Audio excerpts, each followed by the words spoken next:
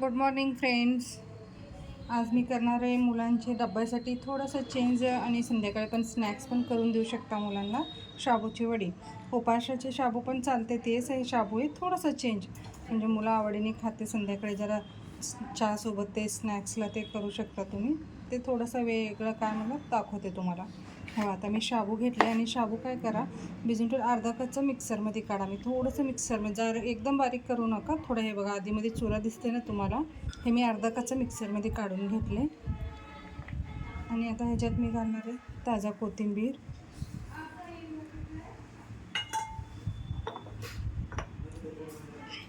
मीठ,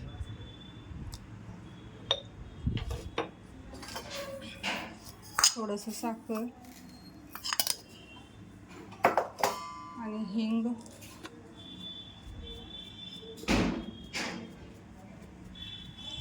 थोडं घातलं.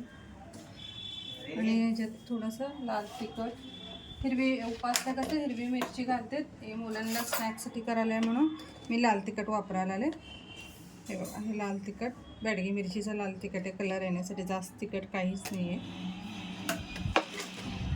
जर मुलं मोठं असलं तर आपला थोडं घरगुती तिखट पण घातलं तर चालते. लहान लेकरं असलं तर फक्त कलरसाठी बॅडगी मिरची वापरा.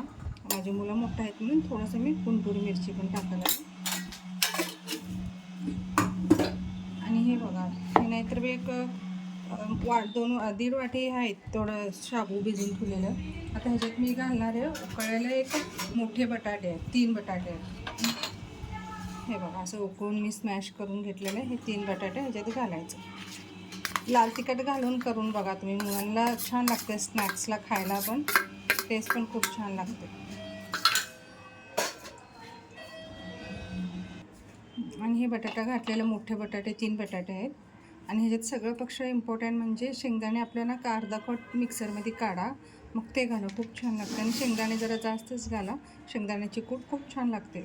क्रिस्पी तोंडात, तर हे तळल्यावर ना शेंगा खूप छान लागते तोंडात आणि मुलांना आवडीने पण खाते. आता हे सगळे व्यवस्थित मिक्स करून घेऊ आपण. पहिला एकदा एकजीव करून कणिक कसं तयार करतं ना तसं तयार करून घेऊ. हे बघा फ्रेंड्स, असं एकजीव करून घ्या. आणि हे काय डिझाईन कसं तुम्हाला पाहिजे तसं करू शकता. म्हणजे कोण असं राऊंड करतात, कोण चपटे वडीसारखं करतात. हाताला थोडंसं पाणी लावून घ्या आणि लावून घेऊन छोटे छोटे करा. मी मुलांना करायला स्नॅक्स म्हणून मीडियम साईज करायला. हे बघा, असं कोण असं राऊंड पण करू शकतात, कोण असं प्लेट्स मोठे मोठे प्लेट असते ना तसं पण करतात. असं एकदमच करून ठेवा. मी साईडला ठेवायला, एकदमच जाड करू नका, आतमध्ये कच्चे कच्चे राहतात. हे बघा, असं करून ठेवून घ्या पहिलं साईडला. ही साईडला ठेवलं बघा मी.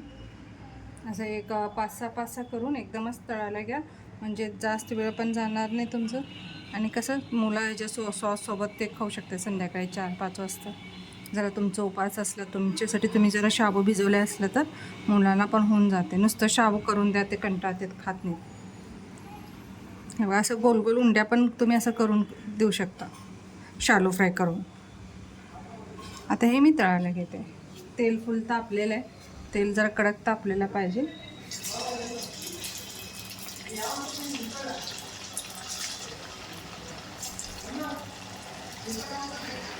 ते थोडं ब्राऊन ह्यापर्यंत तळून घेऊ. लगेच त्याच्यात पलटी मारायला घेऊ नका. ते वरचे कसं बबल्स थांबते त्यावेळेस तुम्ही ते पलटी मारा. हे बघा फ्रेंड्स, असं छान ब्राउनिश तळून घ्या. लाल तिखट घातल्यामुळे कलर पण खूप सुंदर आहे आणि टेस्ट पण खूप सुंदर लागतं. तसं स्नॅक्स आपण उपास असले की बायका हिरवी मिरची घालून करतो ते वेगळं.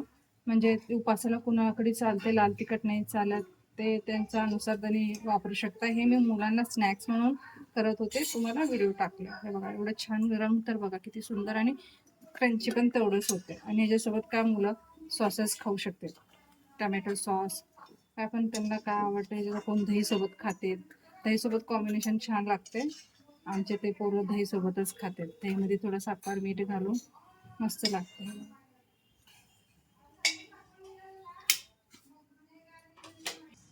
हे बघा फ्रेंड्स, दहीसोबत आमचे लेकरं खाते, तेच मी असं दाखवलेलं तुम्हाला. खूप छान झालेत. हे बघा, गरम पण आहे, खूप क्रंची होते. तुम्हाला आवडत असेल तर चॅनलला लाईक आणि सबस्क्राईब करा. संध्याकाळी स्नॅक्ससोबत तुम्ही करून देऊ शकता.